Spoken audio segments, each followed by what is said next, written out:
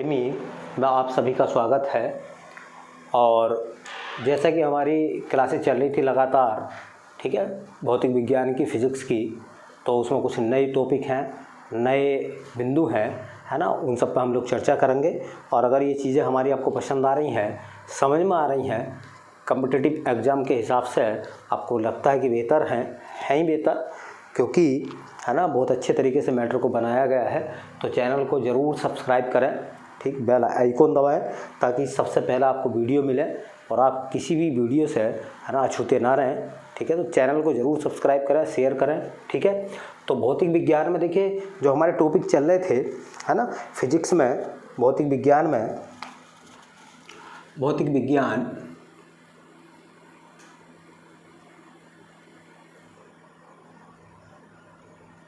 विज्ञान है ना, उसमें जो हमारे टॉपिक चल रहे थे, ठीक, उन्हें आगे बढ़ाएंगे हम, ठीक। मैं आपको पांच कुछ यंत्रों के नाम लिखवाऊंगा, पांच यंत्रों के नाम, ठीक है। आप उन्हें याद करते रहें, कॉम्पिटिटिव एग्जाम में वो काफ़ी पूछे जाते हैं। तो पांच यंत्रों के हिसाब से भी अगर हम पढ़ेंगे, ठीक है, तो हमें हाथों हाथ वो याद भी होते रहेंगे और कॉम्पिटिटिव एग्जाम में वहाँ से क्वेश्चन पूछे भी जाते हैं, ठीक है। तो जो हमारे टॉपिक चल रहे थे अभी मैं उन्हें स्टार्ट करूँगा। उससे पहले मैं आपको केवल पांच यंत्रों के नाम बता दूं जिनका दैनिक जीवन में या साइंस की दुनिया में हम ज़्यादातर इस्तेमाल करते हैं, है ना। तो पांच यंत्रों के नामों की हम बात कर रहे हैं। सबसे पहला एक यंत्र पढ़ा होगा आपने, एक होता है हाइड्रोमीटर। हाइड्रोमीटर है ना, ज़्यादातर बच्चों को पता होगा हाइड्रोमीटर का, है ना। देखिए जब शब्द आ जाता है ना हाइड्रो, ठीक, तो हाइड्रो का मतलब होता है पानी से, जल से, ठीक है, वाटर से, ठीक। तो इससे याद रह जाएगा आपको कि हाइड्रो मतलब होता था पानी, मीटर मतलब एक प्रकार से हम माप रहे थे, ठीक है, किस चीज़ को नाप रहे थे। तो हाइड्रोमीटर से हम नापते क्या है, हाइड्रोमीटर यंत्र से हम क्या नापते हैं, जल या कोई भी द्रव, जल या द्रव का आपेक्षिक घनत्व, है ना। तो जल का आपेक्षिक घनत्व हम नापते हैं हाइड्रोमीटर से। जब मैच करने के लिए क्वेश्चन आते हैं तो यहां से क्वेश्चन खूब बनते हैं, ठीक। दूसरा टॉपिक है हाईग्रोमीटर।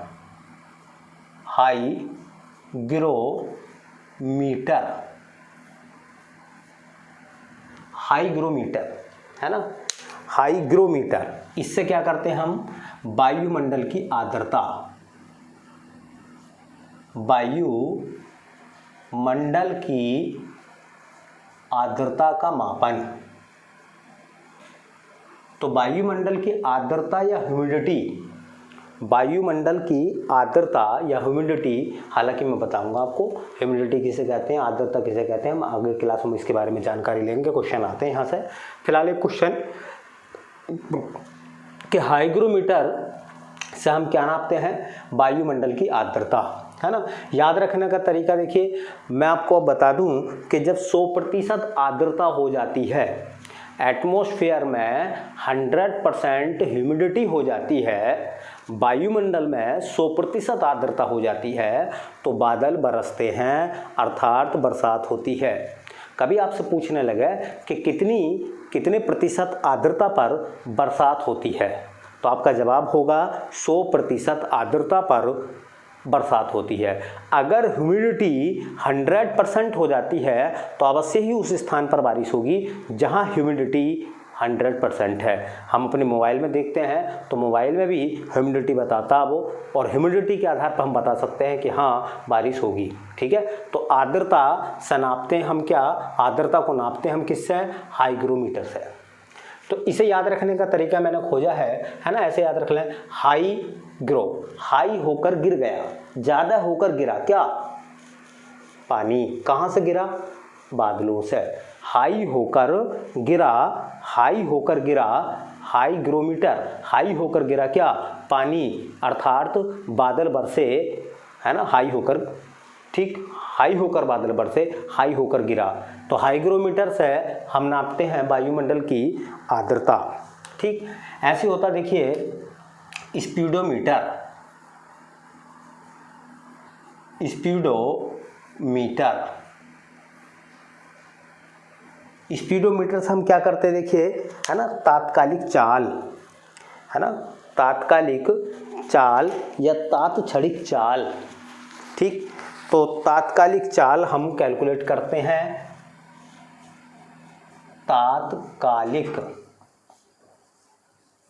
तात्कालिक चाल का मापन, तात्कालिक चाल का मापन हम करते हैं किससे बेटा, स्पीडोमीटर से। हमारी जो गाड़ियां होती हैं, हमारे जो वाहन होते हैं, उन वाहनों में एक स्पीडोमीटर लगा हुआ होता है। जब आप बाइक चलाते हैं, जब आप कार चलाते हैं, तो उसमें एक मीटर लगा हुआ होता है जो आपकी पल पल की स्पीड को बताता है ना। इस समय तत्काल, तात्कालिक का मतलब है तत्काल, है ना, उस समय गाड़ी कितनी स्पीड पर थी, है ना। इसके बारे में अगर आपको जानकारी लेनी है तो आप स्पीडोमीटर में देख कर बता सकते हैं कि मेरी मोटरसाइकिल की स्पीड इस समय इतनी है ना।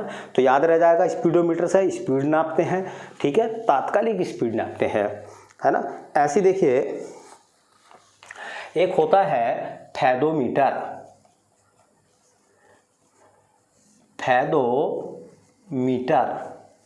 ठीक, फैदोमीटर, है ना। फैदोमीटर में क्या करते हैं हम, समुद्र की गहराई, है ना, समुद्र की गहराई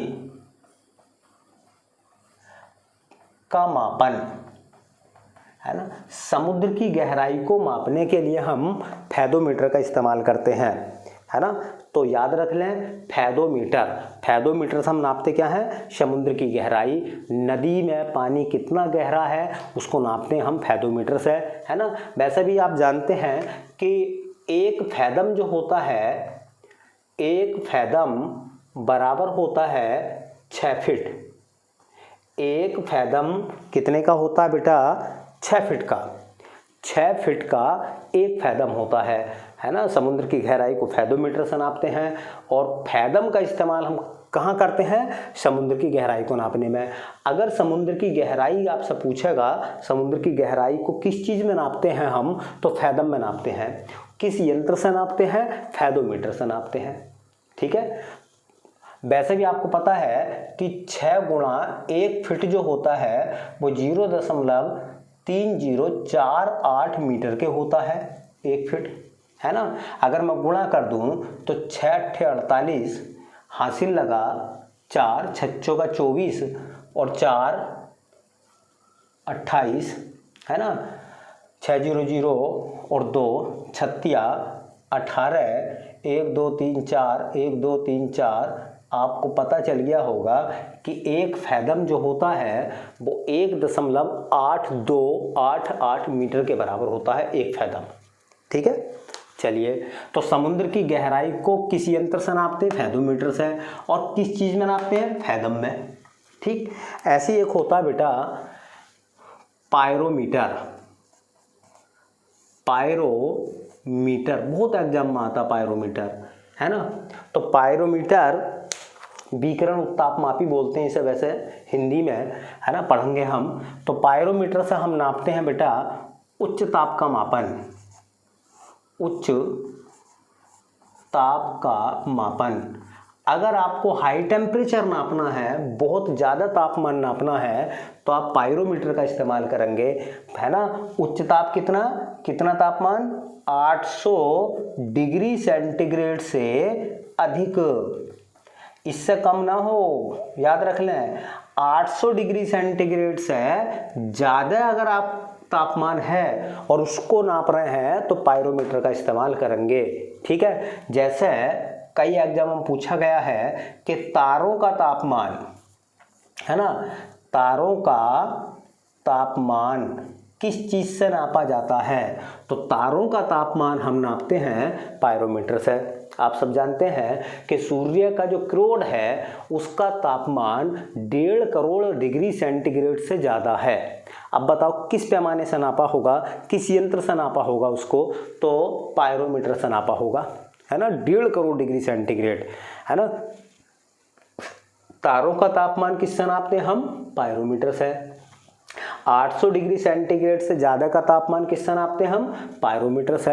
हाई टेम्परेचर को नापने हम किसका इस्तेमाल करते हैं? पायरोमीटर का। तो आज बेटा मैंने आपको 5 बातें बताई हैं, कल फिर मैं आपको 5 बातें बताऊंगा, इस तरीके से 5 यंत्र लिखवाऊंगा, आप इनको याद करते रहिए। यहाँ से क्वेश्चन बनते हैं एग्जाम में, थोड़ा थोड़ा करके आप पढ़ते रहोगे, सब चीज़ आपको याद होती रहेगी। ठीक है, चलिए हमारा जो मूल टॉपिक चल रहा था उसमें हमने मानक मीटर की बात कर ली थी, है ना, मानक किलोग्राम की हमने बात कर ली थी, है ना। आज है मानक सेकंड। ठीक है, मानक सेकंड, मानक सेकंड वही टॉपिक है, वहीं से हम स्टार्ट कर रहे हैं, है ना। मानक सेकंड,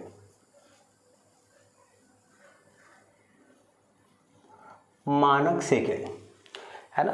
मानक सेकंड क्या है आप सब जानते हैं। पहली बात, सेकंड का इस्तेमाल किसको नापने में करते हैं बेटा हम? तो सेकंड का इस्तेमाल करते हैं समय को मापने में। तो पहली बात यह समय का मात्रक है। सेकंड किसका मात्रक होता है? सब बच्चों को पता है, समय का मात्रक होता है। पहली बात, कोई पूछने लगे कि 1 सेकंड होता कितना है, 1 सेकंड को सबसे पहले साइंटिस्टों ने किस प्रकार से कैलकुलेट किया है? तो 1 सेकंड बराबर होता है ना, माध्य सौर दिवस, माध्य सौर दिवस का, माध्य सौर दिवस का 86,400वां भाग। माध्य सौर दिवस के 86,400वें भाग को 1 सेकंड कहा जाता है।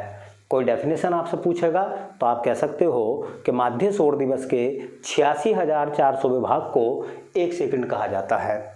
अब ये माध्य सौर दिवस क्या है? आप सब जानते हैं कि जब सूरज ठीक हमारे सिर पर होता है, सिर के ऊपर होता है, तो उसको कहते हैं हम दोपहर। आप सब जानते हैं, याद रखिए, जब शुरू में घड़ी नहीं हुई होंगी, जब लोगों के पास में घड़ियां नहीं होंगी, तो लोग समय कैसे नापते होंगे, है ना। तो तुमने देखा होगा सूरज निकलता पूरब की तरफ से, अगर हम सूरज की तरफ पीठ करके खड़े हो जाएं सुबह के समय, तो हमारी परछाई पश्चिम में जाती है।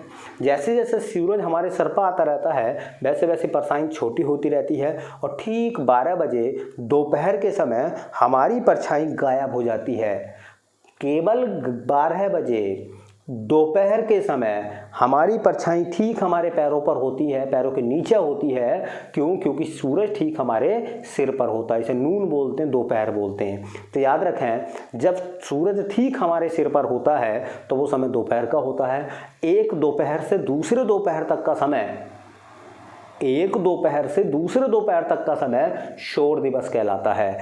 एक दोपहर से दूसरे दोपहर तक का समय सौर दिवस कहलाता है। ठीक है, एक साल में जितने भी सौर दिवस होते हैं, समझ रहे हैं, उन सब का औसत निकाल के उसे 86,400 से अगर हम भाग कर दें, एक साल में जितने भी सौर दिवस होते हैं उन सब का एवरेज निकाल के, औसत निकाल के, माध्य निकाल के अगर हम 86,400 से भाग कर दें तो वो 1 सेकंड बन जाता है। इस तरीके से साइंटिस्टों ने सबसे पहले डेफिनेशन दी समय की, सेकंड की, कि 1 सेकंड होता कितना है।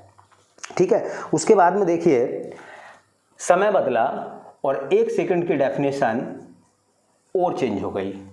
1 सेकंड के बारे में बताया गया, देखिए क्या बताया गया 1 सेकंड के बारे में, है ना। परमाणु घड़ी में, परमाणु घड़ी में सीजियम 133 के परमाणु का 9,19,26,9 अरब 19,26,31,770 कंपनों का समय, कंपनों का समय क्या कहलाता है? 1 सेकंड कहलाता है। बड़े अच्छे सवाल यहाँ से बनते हैं कि एग्जाम में पूछा गया था कि परमाणु घड़ी में किसका इस्तेमाल करते हैं, किसका प्रयोग करते हैं। तो बेटा याद रखें, परमाणु की घड़ी में किसका इस्तेमाल करते हैं? सीजियम 133 का। लेकिन जो हमारी कलाई घड़ी होती है, कभी आपने उसको देखा होगा, उस पर लिखा हुआ होता है क्वार्टज। क्वार्टज के क्रिस्टल होते हैं उसमें, वो परमाणु घड़ी नहीं है, वो एटॉमिक क्लॉक नहीं है आपकी, है ना। उसमें कभी आप गौर से देखना, है ना, उसमें ज़्यादा लिखा हुआ होता क्वार्टज, HMT क्वार्टज, ठीक है।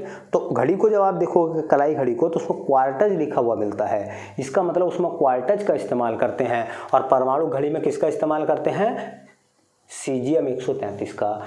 अब डेफिनेशन क्या है कि परमाणु घड़ी में जो सीजियम 133 है वो 1 सेकंड में 9,19,26,31,770 बार वाइब्रेट करता है, कंपन करता है।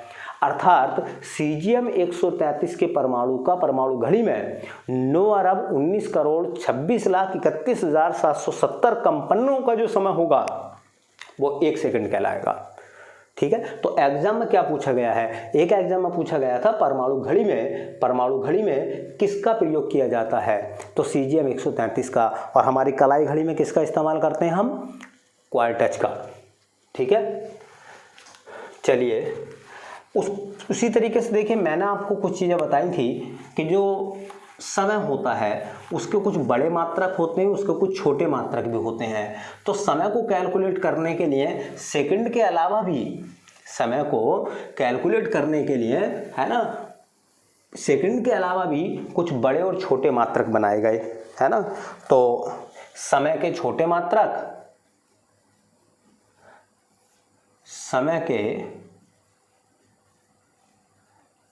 मात्रक, ठीक है। और बेटा समय के बड़े मात्रक, है ना, बड़े मात्रक। सेकंड से छोटे भी हैं कुछ बेटा, और कुछ सेकंड से बड़े भी हैं, ज़्यादातर आपको पता है। ठीक है। अगर वो आपसे पूछता है कि 1 मिली सेकेंड, है ना, 1 मिली सेकेंड जो होता है वो बेटा कितने के बराबर होता? तो मिली शब्द बहुत समय से चल लिया अपने पास में, उसमें पावर आती है 10 की पावर -3। तो 1 मिली सेकेंड बराबर होता है 10 की पावर -3 सेकेंड, है ना। ऐसे देखिए 1 माइक्रो सेकेंड, ये भी खूब चल लिया अपने पास में, 10 की पावर -6 सेकेंड, है ना। 1 नैनो सेकेंड, ये भी मैंने आपको खूब बताया था। नैनो सेकंड जो होता है वो 10 की पावर -9 सेकंड। नैनो में 10 की पावर -9 आता है और गीगा में 10 की पावर +9 आता है ना। ऐसे देखिए एक पिको सेकंड कितना होता है बेटा? तो 1 पिको सेकंड होता है 10 की पावर -12 सेकंड के। ठीक, ये एग्जाम में एक बार पूछा गया था, 1 नैनो सेकंड कितने सेकंड के बराबर होता है। चलिए ऐसे देखें समय के बड़े मात्रकों में, जैसे कि 1 मिनट, तो सब जानते हैं बेटा 1 मिनट में होते हैं 60 सेकंड, है ना। ऐसे ही 1 घंटा, है ना, तो 1 घंटे में 60 तो होते हैं मिनट और 3600 होते हैं बेटा सेकंड। ठीक है। ऐसे ही 1 दिन, तो 1 दिन में होते हैं 24 घंटे और 86,400 होते हैं सेकंड। ऐसे ही 1 सप्ताह, सब जानते हैं बेटा 1 सप्ताह में होते हैं 7 दिन। अगर आपको सेकंड बनाने हैं तो 86,400 की गुणा कर दो, 1 सप्ताह के सेकंड आ जाएंगे। ऐसे होता है बेटा 1 पखवाड़ा, ये पक्ष भी बोलते हैं। 1 पखवाड़े में होते हैं बेटा 15 दिन। फिर ऐसे होता है 1 माह, 1 माह में सुना होगा आपने दिन होते हैं एवरेज में 30 दिन। फिर होती है 1 तिमाही, और 1 तिमाही में, 1 साल में 3 महीने 1 तिमाही होती है ना, तो 1 तिमाही में होते हैं 3 माह। 1 छमाही, और बेटा 1 छमाही में होते हैं 6 माह। फिर आता 1 वर्ष, एक वर्ष में 365 तो होते हैं बेटा दिन, एक वर्ष में होते हैं बेटा 12 माह, है ना, और एक वर्ष में होते हैं बेटा 3.15 गुणा 10 की पावर 7 सेकंड। ऐसे ही और देख लीजिए, इसी में वर्ष के बाद में होता है एक अधिवर्ष, जिसको हम लीप ईयर बोलते हैं। एक अधिवर्ष जो होता है बेटा 366 दिन, है ना। एक ऐसी होता है बेटा एक दशक बराबर होता है 10 वर्ष, 10 साल का दशक होता है, अंग्रेजी में डिकेड बोलते हैं उसी को। फिर एक होता है शताब्दी, जिसको हम सेंचुरी बोलते हैं, है ना। एक शताब्दी, और एक शताब्दी होती है बेटा 100 वर्षों की, है ना। तो इस तरह से समय के बड़े और छोटे मात्रक हैं, ठीक है, जो एग्जाम में पूछे जा सकते हैं, ठीक। ऐसी एक शब्द आता है एक चंद्रमास। एक चंद्रमास का जो टाइम होता है वो होता है बेटा 27.3 दिन, है ना। और एक सूर्यमास, एक सूर्यमास का जो टाइम होता है वो होता है लगभग 30 या 31 दिन का एक सूर्यमास होता है। तो चंद्रमास कितने दिनों का होता है और सूर्यमास कितने दिनों का होता है, ठीक है। ऐसी देखिए एक और बड़ा शानदार सवाल यहाँ से है, ठीक, जो एग्जाम में पूछा जा सकता है।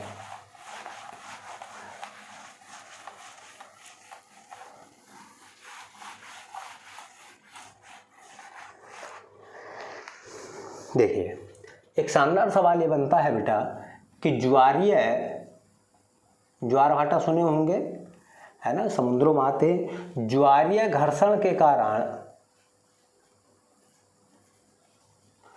कारण प्रतिवर्ष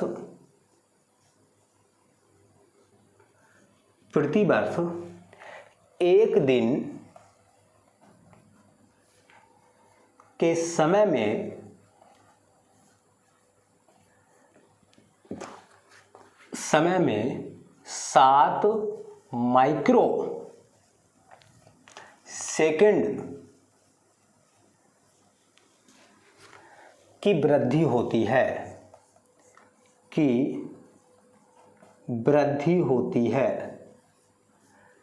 याद रख लें। इसका मतलब सीधा सीधा है कि रोजाना का मतलब क्या है, एक साल में एक दिन का जो समय है 24 घंटे का, उसमें 7 माइक्रो सेकंड की वृद्धि हो रही है लगातार, और वो किस वजह से हो रही है, ज्वारीय घर्षण के कारण। तो सवाल बन सकता है ना। एक सवाल तो ऐसा बन जाएगा कि ज्वारीय घर्षण के कारण एक साल में एक दिन में कितने समय की वृद्धि होती है, तो 7 माइक्रो सेकंड की। दूसरा सवाल ये पूछा जाएगा कि प्रतिवर्ष एक दिन के समय में, है ना, 7 माइक्रो सेकंड की वृद्धि होती है, किस वजह से वो वृद्धि हो रही है, तो उसको कहते हैं हम ज्वारीय घर्षण। तो दोनों सवाल अच्छे बन सकते हैं यहाँ से। तो ये बात थी अपने पास में, है ना, समय के बारे में। मैंने आपको मूल मात्रक लिखवाए थे 7, मैं पहले उनकी बात करूँगा, तब हम आराम से आगे की तरफ चलेंगे, है ना। ये बस सोचना, कुछ बच्चों के दिमाग में बात आ रही होगी कि मैं बहुत डीप में पढ़ा रही हूँ आपको।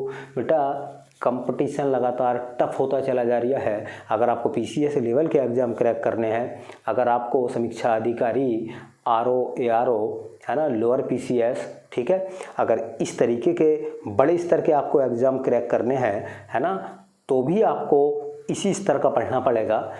छोटे स्तर के एग्ज़ाम समूह गए जैसे अगर आपको क्रैक करने हैं तो उसमें भी सवाल आसान नहीं है, उसमें भी सवाल टिपिकल आते हैं। जब आप थोड़ी सी हार्ड लेवल की तैयारी करते हैं तो इजी चीज़ें आपको जल्दी याद हो जाती हैं। इसलिए इससे बिल्कुल ना घबराएं और मेरे साथ लगातार पढ़ते रहें, ठीक है। चलिए ऐसी देखें तो आपने नाम सुना होगा केल्विन का। एक केल्विन।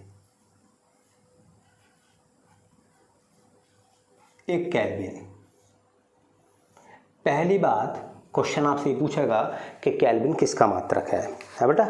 तो हम कह सकते हैं यह है ना, समय का मात्रक है। यह समय का मात्रक है। आप ये कह सकते हो कि समय का मात्रक क्या है, तो समय का मात्रक बेटा केल्विन है। ठीक है। दूसरी बात यह है एक केल्विन होता कितना है, तो डेफिनेशन को अगर हम देखें तो डेफिनेशन में क्या लिखा गया है, डेफिनेशन क्या है ना, कि जल के त्रिक बिंदु के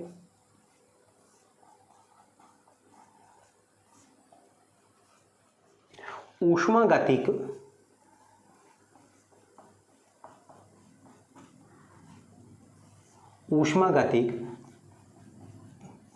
ताप के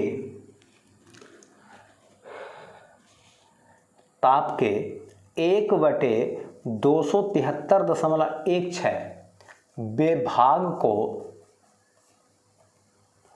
भाग को 1 केल्विन कहते हैं। 1 केल्विन है ना कहते हैं। ठीक है, तो ये केल्विन की डेफिनेशन है। डेफिनेशन से क्वेश्चन नहीं आएगा, लेकिन हाँ एक सवाल बन सकता है कि भाई जल का त्रिक बिंदु क्या है, जल का त्रिक बिंदु कितना होता है। तो याद रखें त्रिक का मतलब होता है 3। आप सब जानते हैं कि जल जो है वो तीनों अवस्थाओं में होता है ना। जल ठोस भी होता है, जल द्रव के रूप में भी होता है, और जल जो है वो वाष्प के रूप में भी होता है। तो जल की 3 अवस्थाएं हैं, है ना, ठोस, द्रव और वाष्प, तीनों अवस्थाओं में जल मौजूद होता है। अगर इन तीनों अवस्थाओं में तापीय संतुलन है, तापीय संतुलन का मतलब है तीनों का टेम्परेचर कैसा हो, इक्वल हो, है ना, तो वो ताप क्या कहलाता है, त्रिक बिंदु कहलाता है। तो त्रिक बिंदु की डेफिनेशन क्या दोगे आप, है ना, वह ताप जिस पर जल की तीनों अवस्थाएं तापीय संतुलन में होती हैं उसे त्रिक बिंदु या जटिल ताप कहते हैं। और इस त्रिक बिंदु का जो मान है, ये जो त्रिक बिंदु है, त्रिक बिंदु है ना, यह जटिल ताप बेटा इसका मान है 273.16 डिग्री सेंटीग्रेड। ठीक है।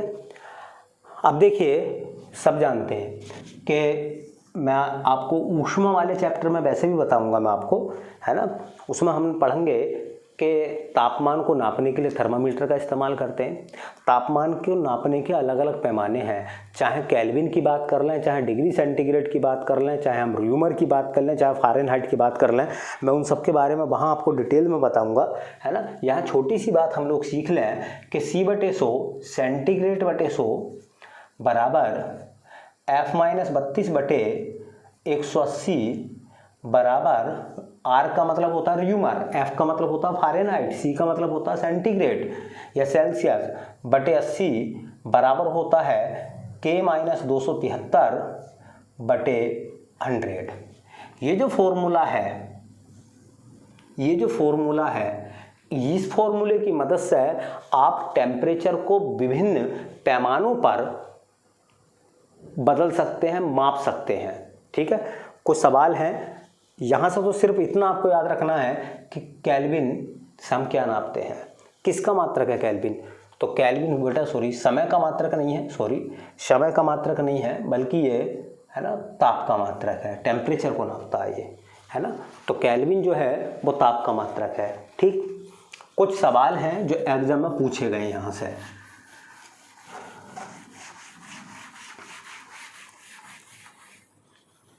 जो सवाल हैं एग्जाम में आए हैं, सवाल क्या है देखिए। पहला सवाल आपने खूब सुना होगा। पहला सवाल क्या है कि देखिए स्वस्थ मनुष्य के शरीर का ताप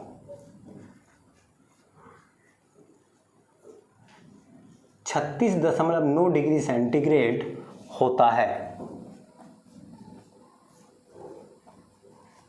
इसका मान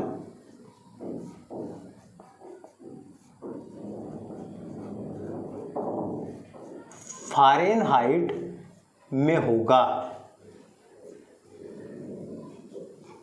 इसका मतलब समझ रहे हैं? पहली बात तो याद रख लो, हमारा जो शरीर है ना, अगर आपका शरीर स्वस्थ है तो स्वस्थ शरीर का तापमान 36.9 डिग्री सेंटीग्रेड होता है और इसी को हम 37 बोलते हैं। ये खूब पूछा गया है, खूब एग्जाम में आया है कि स्वस्थ मनुष्य के शरीर का तापमान कितना होता है। तो स्वस्थ मनुष्य के शरीर का तापमान होता है बेटा 36.9 डिग्री सेंटीग्रेड और इसी को आप कह सकते हो कितना, 37 डिग्री सेंटीग्रेड। कितना बोलोगे? 37 डिग्री सेंटीग्रेड बोलेंगे। अब इसको चेंज किस में करना है? फ़ारेनहाइट में।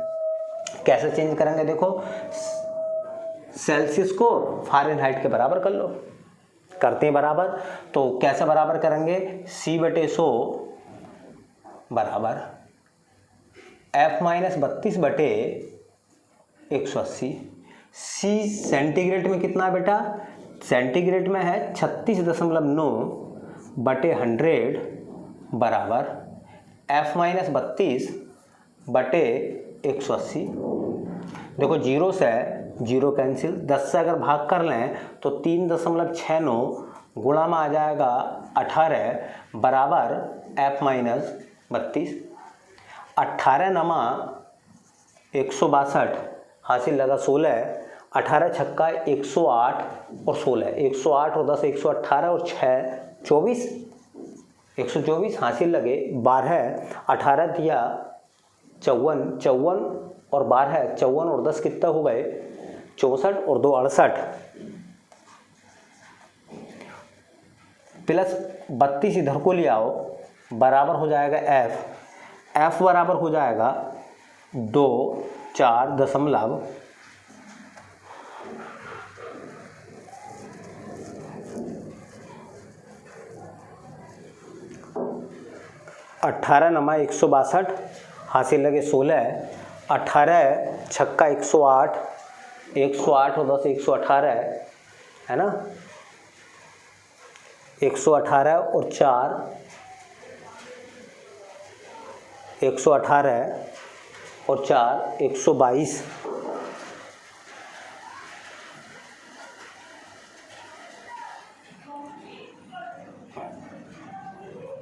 118 और 6 124 हासिल लगे 124 हासिल लगे 12, 18 तिया 54 और 12, 54 और 10 कितने हो गए बेटा?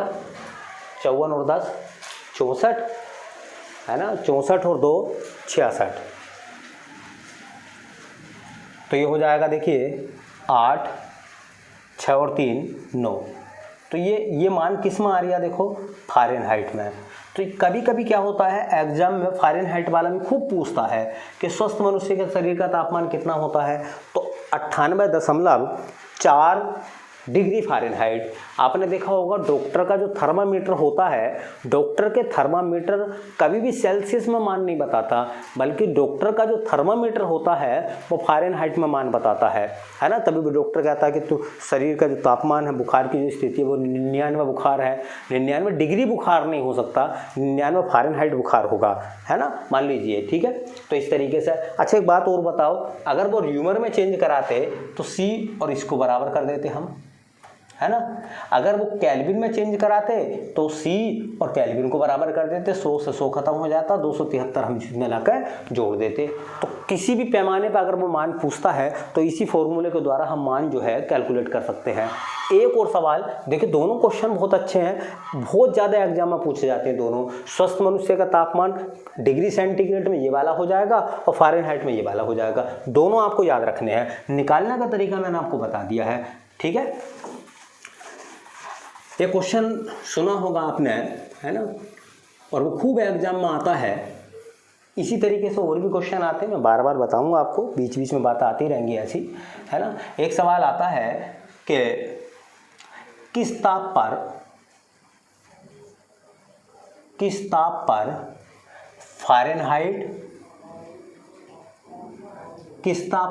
फ़ारेनहाइट व सेल्सियस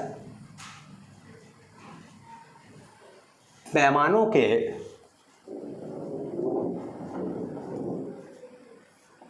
के पाठ्यांक समान होते हैं। है ना, वो कौन सा तापमान है जिस पर फ़ारेनहाइट और सेल्सियस पैमानों के पाठ्यांक बराबर होते हैं, वो आपको तापमान बताना है। तो देखिए जितना मान फ़ारेनहाइट का है उतना ही मान सेल्सियस का है और मैंने मान लिया वो x है ना। फॉर्मूले में लगा दीजिए भैया कि C/100 बराबर F-32/180 खत्म। C की जगह भी x लगा दो बटे 10, F की जगह भी x लगा दो -32/18। कैची गुणा कर लेते हैं, ये हो जाएगा बेटा 18x, इधर गुणा करेंगे तो 10x, इधर गुणा करेंगे तो -32 ढाई 320, इसको इधर को उठा लाएंगे तो बचेगा 8x बराबर -320, 8 चौक 32, x बराबर आ जाएगा -40 डिग्री। तो ये खूब एग्जाम में पूछा गया, एसएससी जैसे एग्जाम हो, पीसीएस लेवल के एग्जाम हो, खूब एग्जामों में सवाल आया है कि कौन सा तापमान ऐसा है ना, जिस पर फ़ारेनहाइट पैमाने और सेल्सियस पैमाने के पाठ्यांक बराबर बराबर दर्शाए जाते हैं, बराबर बराबर होते हैं, तो वो होता -40 डिग्री। पढ़ा होगा आपने, ये खूब एग्जाम में सवाल आता है। निकालने का तरीका मैंने बता दिया, इसी तरीके से हम कैलकुलेट करेंगे। बाकी चीज़ें जो है हम जो ऊष्मा वाला चैप्टर होगा उसमें वो डिटेल में देख लेंगे, ठीक है, सही है। तो अगर ये चीज़ें आपको समझ में आ रही हैं, है ना, मैं एक टेस्ट भी लूँगा जैसे ही टॉपिक मेरी तरफ से ख़त्म हो जाएंगे कुछ, ठीक है, एक आपके लिए टेस्ट बना दिया जाएगा ताकि आप भूलें ना, उस टेस्ट पेपर को सोल्व करें। और वो टेस्ट पेपर ऐसा होगा जो विभिन्न एग्जामों में इन टॉपिकों से रिलेटेड क्वेश्चन आए हैं, मैं उन्हीं को सबमिट करके आपके सामने, है ना, दे दूँगा आपको। आप उस टेस्ट को सोल्व करना, लगाना, ताकि आपका कॉन्फिडेंस जो है और बढ़े, ठीक। तो बाकी चीज़ें हम अगली क्लास में देखते हैं, है ना। तब तक के लिए धन्यवाद।